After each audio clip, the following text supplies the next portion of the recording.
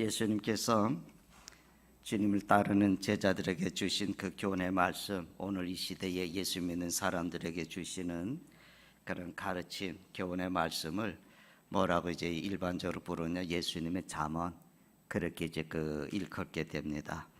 그래서 그리스도인들이 꼭 귀담아서 들어야지 되는, 그 마음에 새겨야지 되는 그런 이제 교훈이라고 말씀을 하는 겁니다. 마가복음 9장에 있는 말씀들을 쭉 보면은 예수님의 그 제자도에 대해서 가르치는 말씀들이 많습니다. 제자가 되려면, 예수님의 제자가 되려면 이러이러해야지 된다. 예수의 제자는 어떻게 살아야지 된다고 하는 것을 말씀을 하는 거예요. 그래서 이제 예수님의 제자가 되어서 살아가면서 빠지기 쉬운 그런 시험들, 극복을 해야지 될 그런 시험들, 또 주의해야 될 점들을 우리에게 말씀을 하십니다. 그러니까 예수님을 안 믿는 사람에게 하시는 말씀이 아니에요. 예수님을 믿고 예수님을 따르고 나는 예수님을 위해서 살겠습니다 맹세하고 그리고 충성하는 사람들을 대상으로 주시는 말씀입니다. 그러니까 오늘 우리 여기에 있는 우리에게 주시는 가르치심이에요. 예수님의 제자가 되고자 하는 사람들이 믿음의 길을 걸어가면서 주님을 따라가면서 빠지기 쉬운 그런 시험에 대해서 이런저런 얘기들을 말씀을 하십니다. 그래서 오늘 우리 마지막 절 50절에 주신 너희 속에 소금을 두고 서로 화목하라고 하는 이제 오늘의 이 말씀은 마가복음에 주시는 그런 제자도의 말씀에 그거 다 연계된 말씀이고, 그리고 이제 결론적인 말씀이 되는 겁니다. 이제 그 9장의 마가복음 9장의 말씀에 보면은 29절에 이런 이제 그 말씀이 있어요. 기도 외 다른 것으로는 이런 유가 나갈 수 없다. 그 예수님의 제자들이 이제 얼마 전까지만 해도 귀신을 내쫓고 또 병자를 고치는 그런 능력을 행했던 것 같아요. 그런 경험들이 있었어요. 그런데 오늘 그런 능력이 나타나질 않는 거예요. 어제는 그런 권능이 있었는데 오늘은 없어요. 어제는 사람들이 막 부러워할 만큼, 우러러볼 만큼 하나님의 능력의 종으로 역사를 했는데 오늘은 아주 무능한 겁니다. 귀신 들린 그 어린아이 하나를 고칠 수가 없었어요. 그래서 그 둘러있는 사람들에게 아주 부끄러움을 당했습니다. 그래서 제자들이 예수님에게 우리가 그 귀신을 쫓아내지 못했습니다. 왜 그렇습니까? 이렇게 예수님께 물었더니 그때 예수님께서 대답하신 말씀이 기도 외에 다른 것으로는 이런 유가 나갈 수 없다, 그렇게 하신 거예요. 그래서 우리가 이 말씀들을 우리가 마음에 새겨둘 필요가 있는 겁니다. 과거에는 내가 뭐 목사도 되고 장로도 되고 권사도 되고 아주 내가 능력이 있다고 해도 어제까지 내가 능력의 종으로 역사했다 하더라도 오늘 내가 기도하지 않으면 안 된다는 겁니다. 오늘 내가 기도하지 않으면 오늘 우린 시험을 당하고 넘어지는 거예요. 할 일 없이 무능하게 되는 거예요. 그래서 이제 여러분 바울 사도는 데살로니가 전서 5장 17절에 그렇게 말하죠. 쉬지 말고 기도하라고. 쉬지 말고 기도하라고 그렇게 지금 말씀해요. 기도하기를 쉬어서는 안 된다는 거예요. 우리가 밥 한 끼는 굶을 수도 있고 우리가 잠을 좀 덜 잘 수도 있는데 그 기도 시간을 제한하거나 그 기도 시간을 빼버리지 말라는 거예요. 특별히 우리가 예수님의 제자가 되어서 하나님의 일을 능력 있게 행할 때에는 기도하는 일을 쉬어서는 안 된다는 겁니다. 그러니까 기도 없이 하나님의 일을 하려고 생각하지 말라는 거예요. 하나님의 능력이 나타날 것을 기대하지 말라는 거예요. 내가 기도 없이 하면서 하나님의 능력을 나타내려고 하지 말라는 거예요. 그러니까 우리가 오늘 말씀에 마가복음에 나오는 내용의 말씀처럼 얘기하면은 기도하지 않고 귀신 들린 사람 보고 귀신아 나가라, 우리가 소리 쳐봐야 소용이 없다는 겁니다. 여러분, 기도 없는 사람에게 기도하지 않는데 막 그냥 소리 지른다고 해서 그 나가줄 귀신이 있겠습니까? 예수님의 제자는 자신의 능력으로 무엇을 행하는 것이 아니라 하나님의 능력을 힘입어서 살아가는 것이기 때문에 기도를 쉬지 말고 해야지 된다고 말씀하는 거예요. 우리가 기도하지 않는 말에는 실수가 따릅니다. 우리가 기도하지 않고 생각하고 행동하는 일은 반드시 하나님 앞에서 잘못되는 일입니다. 하나님께서 이것을 경계하셨어요. 그리고 또 나가서 경쟁심이라든지 내가 으뜸이 되려고 하는 마음은 문제가 된다고 말씀하시는 거예요. 하나님의 일을 하면서도 경쟁하는 거예요. 내가 더 많이 하고 내가 더 훌륭하게 내가 더 인정을 받고 그런 욕심을 가지고 하나님의 일을 하니까 어느덧 하나님의 일은 뒷전이 되어버리고 자신의 영광만을 추구하게 되는 겁니다. 그러니까 하나님의 일이라고 하는 것은 내가 주어진 그 기간 하는 데까지 하다가 내가 더 이상 못하게 돼도 상관이 없어요. 내가 하는 데까지 그 일을 하다가 내 인생이 멈추게 되면 그것으로 되는 거예요. 업적을 반드시 남겨야 되는 게 아닙니다. 내가 일을 했으니까 내가 어떤 기념비적인 일을 내가 해야지, 그것도 아닙니다. 기념비적인 업적을 남기지 않아도 괜찮습니다. 내가 하나님을 사랑해서 내가 최선을 다해서 하다가 쓰러지고 그래서 거기까지 내가 그 일을 했다면은 그건 하나님 앞에 다 의미 있는 섬김이 되는 거예요. 그래서 으뜸이 되고자 하는 마음, 그런 욕심들, 이것이 큰 시험이 된다는 겁니다. 또 여기에 주시는 말씀들, 마가복음에 주시는 말씀은 뭐냐면 나만 옳다고 여기는 그 편견을 버리라는 거예요. 자꾸 자기 방법만 찾는 거예요. 나만 주님을 따르는 것처럼, 나만 의롭고 나와 같은 사람들이, 나와 같지 않은 사람들은 내가 자꾸 판단하고 정죄하고 스스로가 심판해버리는 그런 문제들을 우리가 주님께서 갖지 말라는 겁니다. 또 뿐만 아니라 남을 실족하는 죄가 크다고 하는 것을 가르쳐 주세요. 우리가 먼저 믿지 않았습니까? 먼저 믿은 사람이 뒤에 믿는 사람에게 실망 주는 일이 있어서는 안 된다는 거예요. 내가 먼저 믿었는데 좋지 않은 본을 보일 때가 있다는 것이죠. 그 본이건 본이 아니건 남에게 실망을 주는 것, 믿음의 상처를 주는 것이 성경은 죄가 된다고 말씀하는 거예요. 그리고 그 하신 말씀들의 결론적인 말씀으로 하시는 것이 오늘 우리의 이 주신 말씀입니다. 너희 속에 소금을 두고 서로 화목하라. 그러니 말씀의 의미가 있지 않겠습니까? 성경에는 소금에 관한 말씀들이 여러 곳 나오잖아요. 우선 구약에 보면은 하나님께 드리는 제사에는 소금을 곁들이게 돼 있어요. 레위기 이제 2장 13절의 말씀에 보면은 이런 말씀을 해요. 내 모든 소재물에 소금을 치라. 그리고 내 하나님의 언약의 소금을 내 소재에 빼지 못한다, 이렇게 말해요. 그리고 뭐라 그러냐면 내 모든 예물에 소금을 드려라. 그 하나님 앞에 제사를 드릴 때 소금을 쓰라는 거예요. 그러니까 구약의 제사를 드릴 때에 양이나 소나 비둘기 이런 동물들로 드리지 않습니까? 근데 그 동물로 드리는 제사가 있고 또 하나는 채소 식물로 드리는, 곡물로 드리는 제사가 있거든요. 근데 이 소제라고 하는 것은 뭐냐면 그런 채소 식물로 드리는 제사예요. 곡물을 드리는 이제 제사인데, 동물로 드리는 제사, 예를 들어서 제사를 양으로 드릴 때는 그 양을 죽여서 드립니다. 살아있는 양을 드리는 게 아니에요. 그래서 생명을 바치고 양이 내 대신 죽는 것이니까, 그래서 제물로 드려지는 양은 죽여서 드리는 거예요. 죽는다는 데 의미가 있습니다. 그러니까 모든 제물은 제단 앞에서 죽이는 거예요. 그저 죽은 것을 갖다가 드리는 것도 아니고 산 것을 제단 앞에서 죽여서 바치는 거예요. 그런데 이 소제는 곡식이나 제물로 드리는 제사이니까 이걸 어떻게 죽이겠습니까? 그래서 죽는 대신에 소금을 치는 거예요. 이게 무슨 의미겠어요? 소금을 침으로 인해서 그 숨이 죽는 겁니다. 뻣뻣했던 채소가 소금을 머금음으로써 흐물흐물하게 되는 거예요. 무엇보다도 어떤 소금을 치게 되면 어떤 것이 있든지 다 그렇게 숨이 죽는 거예요. 빳빳한 기운이 죽는 겁니다. 한번 그림을 한번 상상을 해 보십시오. 지금 하나님 앞에 제물로 바쳐지는 거예요. 근데 양이나 소는 다 죽어서 바치는데 채소는 싱싱하게 뻣뻣한 채로 제단에 올라앉아 있습니다.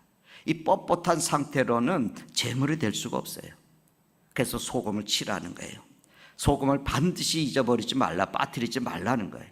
여러분, 우리 주부들은 그 음식하면서 소금이 그 이해가 치는 이유가 이해가 되지 않습니까? 여러분, 모든 예물에 소금을 드려라. 그러니까 죽여서 드리라는 거예요. 그렇게 해서 골고루 섞이게 하라는 거예요. 그저 뻣뻣한 채로 따로따로 놀면 안 된다는 겁니다. 소금을 쳐서 다 섞이는 거예요. 부드러워지면서 섞이는 겁니다. 내 모든 소재물에 소금을 치라. 그런데 소금을 치라고 하는 레위기의 말씀에 이런 말씀이 있어요. 내 하나님의 언약의 소금이라고 그랬어요. 언약의 소금. 소금을 치는데 그 소금은 언약의 소금이다. 여기는 아주 우리 그 신앙적으로 아주 깊은 의미가 있습니다만 약속의 소금이라는 거예요. 하나님이 스스로 우리의 소금이 되어주신 겁니다. 우리 가운데 계시는 하나님의 임마누엘의 말씀을 우리에게 가르쳐 주시는 거예요. 뻣뻣한 채소가 소금을 해서 녹아져요. 흐물흐물 잦아들고 부드러워지고, 그리고 골고루 우리가 그래 절여지게 돼서 숨을 죽이고 고르게 되는 거예요. 거기에는 하나님이 우리 가운데 거하시면서 우리를 하나 되게 하시는 그런 의미가 있습니다. 하나님의 희생이 여기 있어요. 하나님의 성실하심이 여기 있는 겁니다. 여러분, 소금이 녹아지는 것 같지만 소금은 그대로예요.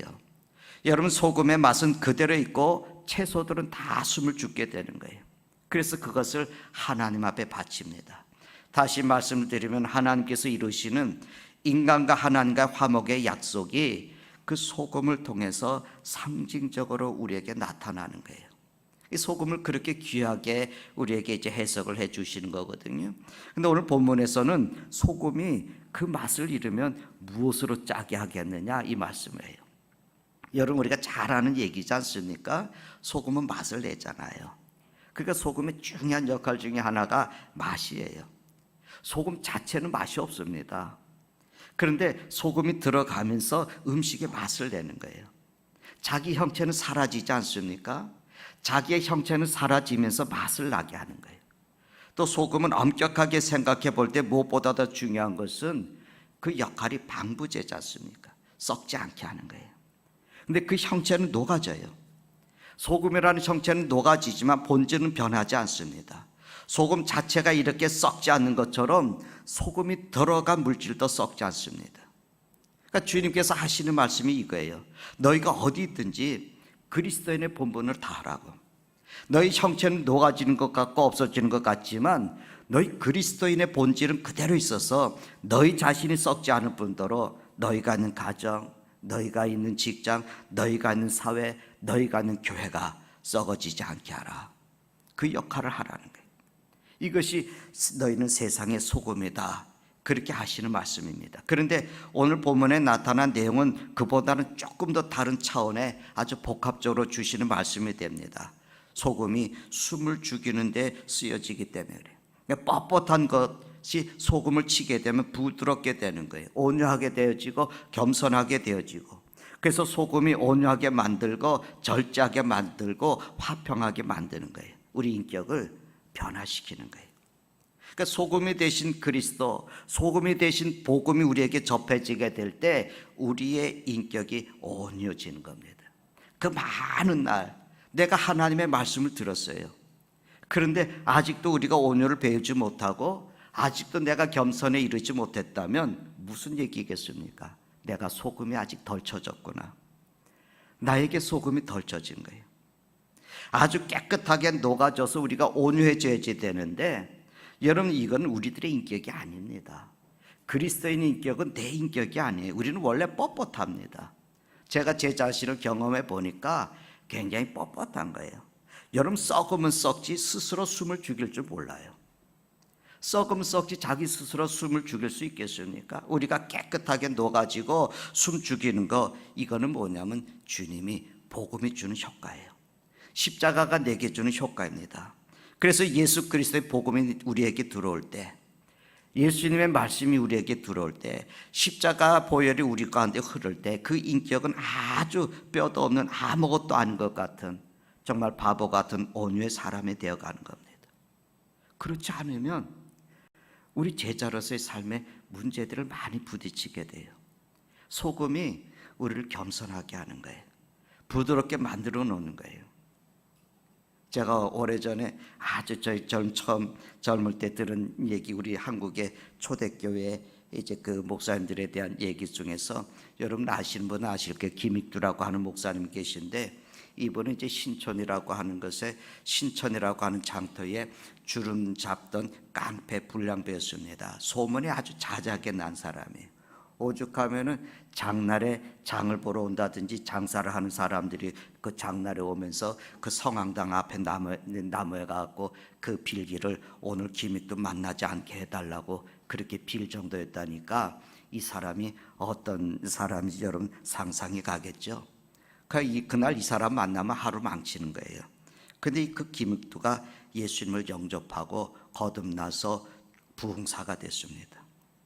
당시 교통수단이 활발하지 않을, 이게 변변치 못할 때니까 부흥회를 이제 인도하기 위해서 제를 넘어서 가는 거예요. 걸어가는 거죠. 뻘뻘뻘 땀을 흘리고 가다가 이제 그 제 넘어가는 길에서 이제 좀 이제 겉옷을 벗어놓고 쉬고 했는데, 술에 잔뜩 취한 젊은이가 건들건들 올라오더니 그 기묵들을 탁 보고 하는 말이, 너 왜 나보다 먼저 왔어? 술 먹으면 별 얘기를 다 하잖아요. 너 나보다 먼저 올라왔어. 그러면서 막 따져고짜 막 주먹질하고 때리더라는 거예요. 그 기믹도 이분이 등치도 크고 뼈도 굵고 이랬다는데, 주먹질은 남에게 져본 적이 없는 사람인데 그 젊은이의 매를 계속 주먹질 계속 맞아주더라는 거예요. 발길질 당하고 욕을 하고 그래도 대꽃이 다 맞은 거예요. 근데 이 젊은이가 때리다가 자기가 지쳤대요. 그랬더니 김익도의 목사님이 그 사람의 손을 팔목을 꽉 이렇게 쥐어 잡으니까 그 악의심이 얼마나 셌든지 움찔하면서, 형님 다 때리셨어. 그 목사님이 그랬대요. 형님 다 때리셨어. 예. 그랬더니 여러분, 내가 죽어도 그렇지 않습니까? 꽉 쥐고 아프다는 표현을 그래 다 때렸다. 이제 그렇게 얘기하니까 그때 우리가 잘 아는 말입니다. 이분의 한 말 중에 유명한 말이 있어요. 예수는 내가 믿고 복은 네가 받았다. 그래. 그 말에 알리가 있겠습니까? 그러면서 목사님이 그래, 내가 기믹두야. 그들이 청년이 그 말, 기믹두란 말 한마디에 무릎을 꿇으면서 그냥 싹싹싹싹 빌더라는 겁니다. 워낙 소문이 있으니까. 그러면서 한 말이, 너 내가 말했지? 내가 예수 믿기 전이었으면 넌 오늘 여기서 장사됐어. 근데 내가 예수 믿은 덕에 네가 명이 남아있으니까 너 복 받은 거야. 그리고 이 젊은이가 그랬대요. 제가 어떻게 하면 되겠습니까? 목사님이 어떻게 하게 날 따라와. 그리고 부흥회를 데려갔답니다. 그리고 이 사람이 나중에 장로가 됐대요. 여러분, 우리 한번 보세요. 우리 어느 정도 온유합니까? 제가 저를 보니까 참 보잘것 없어요. 저는 흔히 우리 신앙이 아기 때부터 뱃속에서부터 교회를 다닌다고 그러잖아요. 어머니 뱃속에서 교회 다닌다고 그러잖아요. 그 지금까지 예수님 안에 살고, 예수님 안에 그 교회 안에 살고, 교회 밖에 사는 거 교회 안에 살고, 늘 성경 읽고 말씀을 전하는데, 여러분, 제가 그렇게 온유하지 못해요. 사람들이 이런 일 저런 일 다 읽고 참아내다가도 한순간 참지 못하는 게 있습니다. 뭐겠습니까? 기분 나쁜 거. 기분 나쁜 걸 못 참아요. 기분 나쁘면요, 교회도 포기해버리더라고요. 기분 나쁘면요, 예수님도 포기해버려요. 기분 나쁘면 천당도 포기해버려요. 여러분, 기분 나빠도 교회 나와야 되는 거예요. 기분이 나빠도 예수님을 믿어야 되는 거예요. 내가 기분이 나쁘면 오히려 나쁠수록 말씀을 가까이 해야 되는 거예요. 내가 기분이 나쁘면은 기도해야 되지 않겠습니까? 그러면 기분이 나쁘면 기도도 하지 않고 교회도 나오지 않고 예수님도 좀 싫고, 그리고 천당도 가지 않겠다는 겁니다. 기분이라는 게 우리에게 그거예요. 아주 자존심이잖아요. 근데 주님이 그러면 못 쓴다, 이렇게 말씀하는 겁니다. 그 깔란 그 기분 때문에, 그래서 거기에 온전히 소금을 쳐라, 그 숨 좀 죽여라 말씀하는 거예요. 우리가 문제도 많고 근심도 많고 고민도 많으면 아직도 내가 숨이 덜 죽어서 그렇다. 그러면 우리가 숨이 덜 죽으면 어떻게 합니까? 소금을 더 한 점 더 쳐주지 않습니까? 한번 죽으면 아무것도 아니거든요. 내가 한번 죽으면 아무것도 아닌데 그렇게 막 복잡해지는 거예요. 그럼 무슨 대단한 기분이라고 그것 때문에 우리가 인격이, 우리 인격에 모난 것이 막 드러나야 됩니까? 깨끗이 죽으라는 거예요. 그렇게 하면 아무 문제가 없다는 거예요. 죽으면 억울한 소리를 듣고도 억울하지 않게 되는 거예요. 있는 말을 듣고도 없는 말 듣는 것입니다. 그저 좋은 말, 좋은 평판 듣고 사는 것이 아니에요. 우리 사는 게 늘 어떻게 좋은 말만 듣고 살겠습니까? 늘 어떻게 좋은 평판만 가지고 살겠습니까? 또 남들이 나에게 하는 평판이 얼마나 정확하겠습니까? 우리가 조금 억울하면 어떻고 조금 분하면 어떻겠습니까? 주님 우리에게 소금을 치라요. 그래서 하시는 말씀, 화목하라.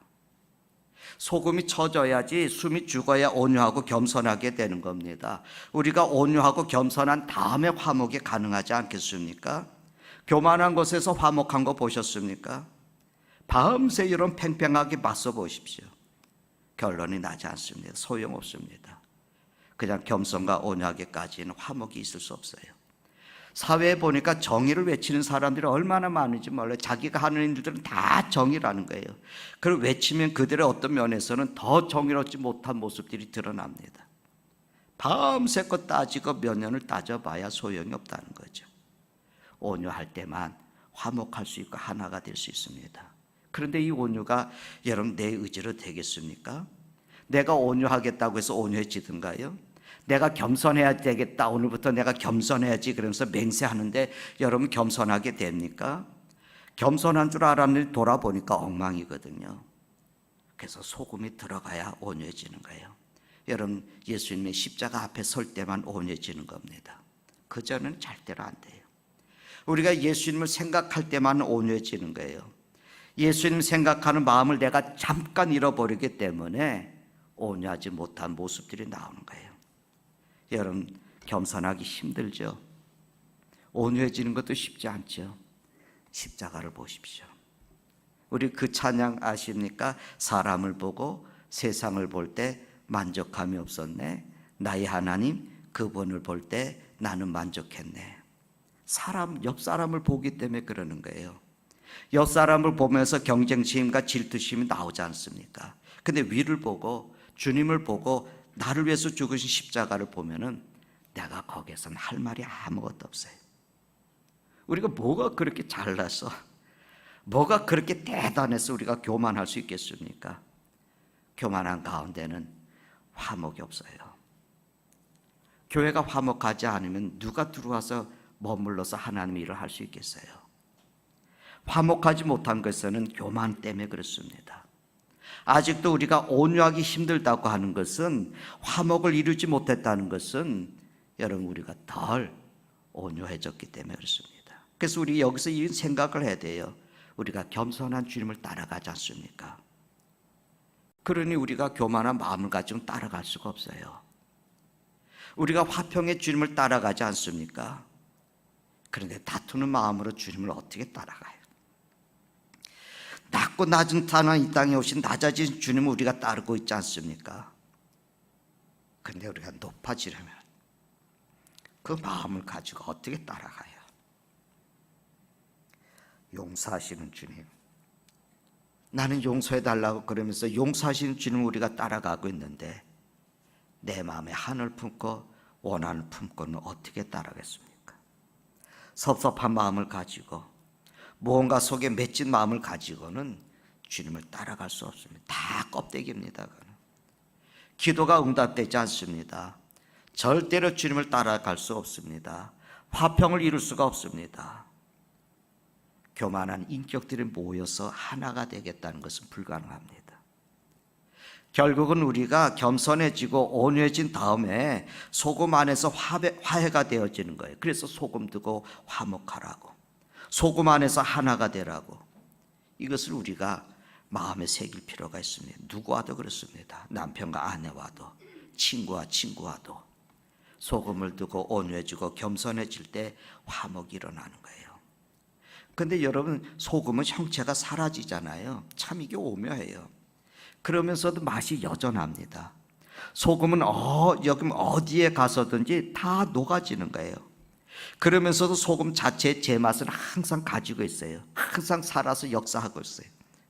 그러니까 여러분, 우리가 화평하자 해서 타협하는 게 아닙니다. 화평하자 해서 무조건 양보해서 되는 것이 아닙니다. 우리는 그냥 우리의 형체가 없어져요. 소금이라고 하는 맛에는 한 채 양보도 없는 겁니다. 그러면서 우리가 화해를 이루어가는 거예요. 죄를 묵인하고 그거와 타협하라는 얘기 아닙니다. 그저 화목하기 위해서 그 사람 불의의 길을 가는데 나도 그냥 불의의 길을 가라는 얘기도 아닙니다. 그 사람이 오만한 자리에 앉아있는데 나도 화목해서 그 사람이 오만한 자리에 같이 앉으라는 얘기도 아닙니다. 내가 더러운 일을 함께 나누라는 얘기도 아닙니다. 비겁하게 살라고 하는 얘기도 아닙니다. 나라고 하는 존재는 없어지고 내 고집도 없어집니다. 나는 바보가 되는 거예요. 내가 하나가 희생이 되는 거예요. 그렇지만 그리스도의 마음, 주님만큼은 그대로 살아있는 거예요.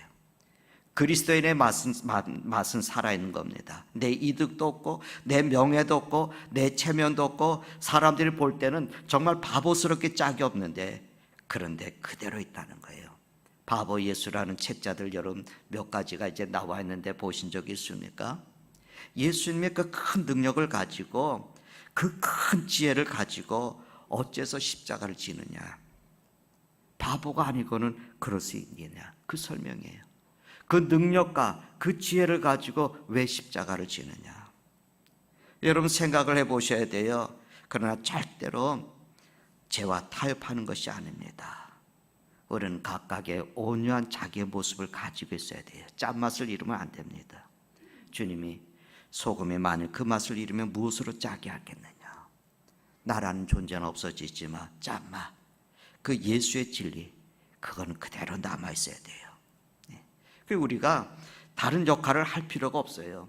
우리가 이런 일들을 하면 다른 역할을 하는 것이 아니고 우리가 두 가지만 애를 쓰면 됩니다. 하나는 내 형체가 없어지는 거예요.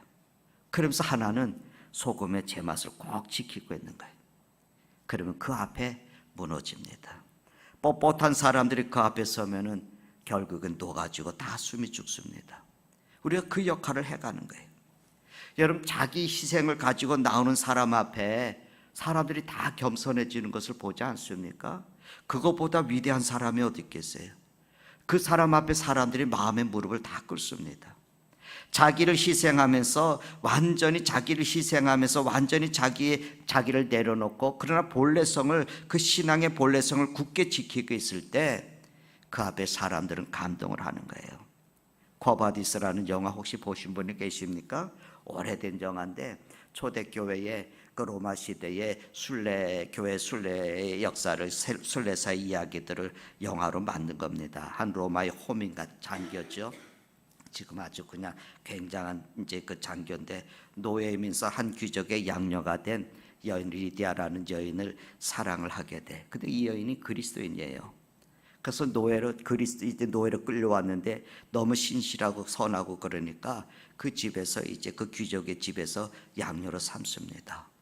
당시에 황제의 명령을 해서 모든 그리스도인들이 박해하고 이제 죽이고 불에 태워 죽이고 그럴 때에 이 여인이 그리스도인 것이 밝혀졌어요.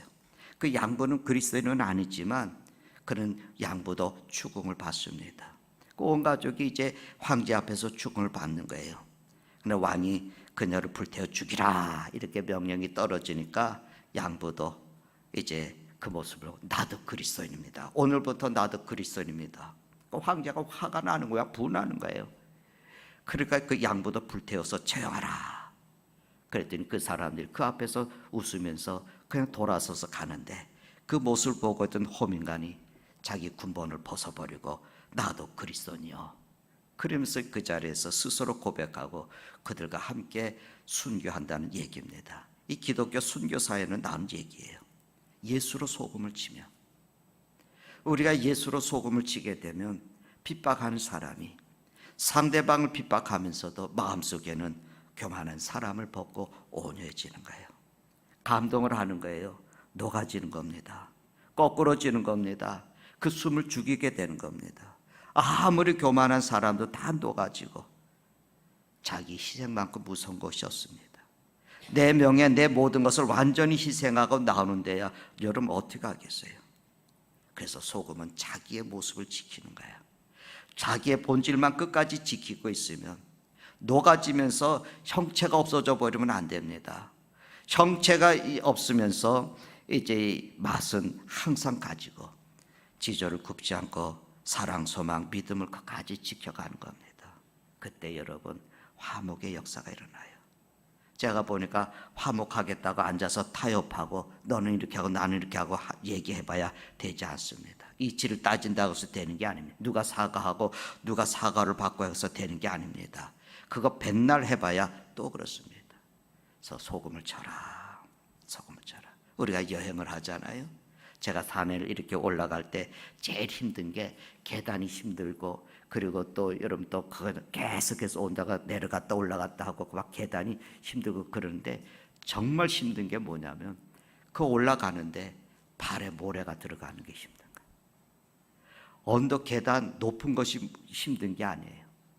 내 신발 안에 모래 하나 들어간 게 나를 그렇게 힘들게 해요. 여러분, 밖에 있는 원수가 아니에요. 우리를 방해하는 것들이 아니에요.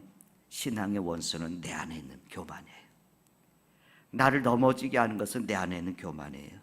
우리가 믿음의 길을 가면서 이걸 잊어버리면 안 됩니다. 핍박이 많아서 힘든 게 아니에요. 세상이 거칠고 예수를 부인해서 힘든 게 아니에요. 내 안에 있는 이 교만이 나를 넘어지게 합니다. 예수님의 제자들이 내가 크냐 막 자리 다툼하고 있지 않습니까? 보세요. 예수님은 십자가 지러 가는데 그 뒤 따라가면서 쑥덕거리고 서로 시기하고 질투하는 겁니다.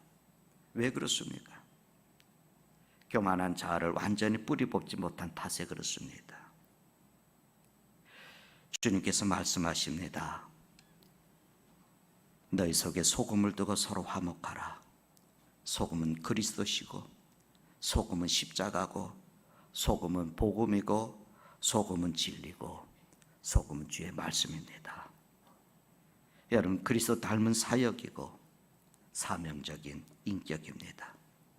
그래서 오늘 우리 교회도 그렇고 어느 가정이든 어느 직장이든 어느 불화한 곳이든지 정말 소금된 한 인격이 있어서 거기에 들어가서 녹아지고 본분을 다하게 되면 문자 그대로 소금을 두고 우리가 화평하게 될 것입니다. 우리가 주님의 말씀을 다시 한번 마음에 새기십시다. 우리가 예수님처럼 가서 전도하자 외치지만 화목하지 않은 곳에는 어울릴 수가 없습니다. 우리가 그 전에 너희 속에 소금을 두고 서로 화목하라, 이 말씀을 마음에 새기십시다. 기도하겠습니다. 전능하신 주님 감사합니다. 열심히 오늘 우리가 주의 일을 이루기를 원하고 누구보다도 내가 더 열심으로 하나님의 일을 이루기를 마음에 다짐하지만 언제나 우리가 시험에 들 때가 있습니다. 열심히 복음의 역사를 했는데도 불구하고 아버지 하나님의 열매를 우리가 거두지 못할 때도 참 많습니다. 오늘 주신 말씀 우리가 마음에 새깁니다. 주님, 우리가 소금의 본질 잊어버리지 않게 하시고 어느 곳에 있든지 하나님 우리가 맛을 낼 수 있게 도와주시옵소서. 직장에 있든지 가정에 있든지 어느 불화한 곳에 가든지 내가 소금된 한 인격이 되어서 그 속에 녹아지고 그 속에서 본분을 다하면서 하나님의 나라를 이룰 수 있도록 주님 축복해 주시옵소서. 우리 주 예수 그리스도의 이름으로 기도드리나이다. 아멘.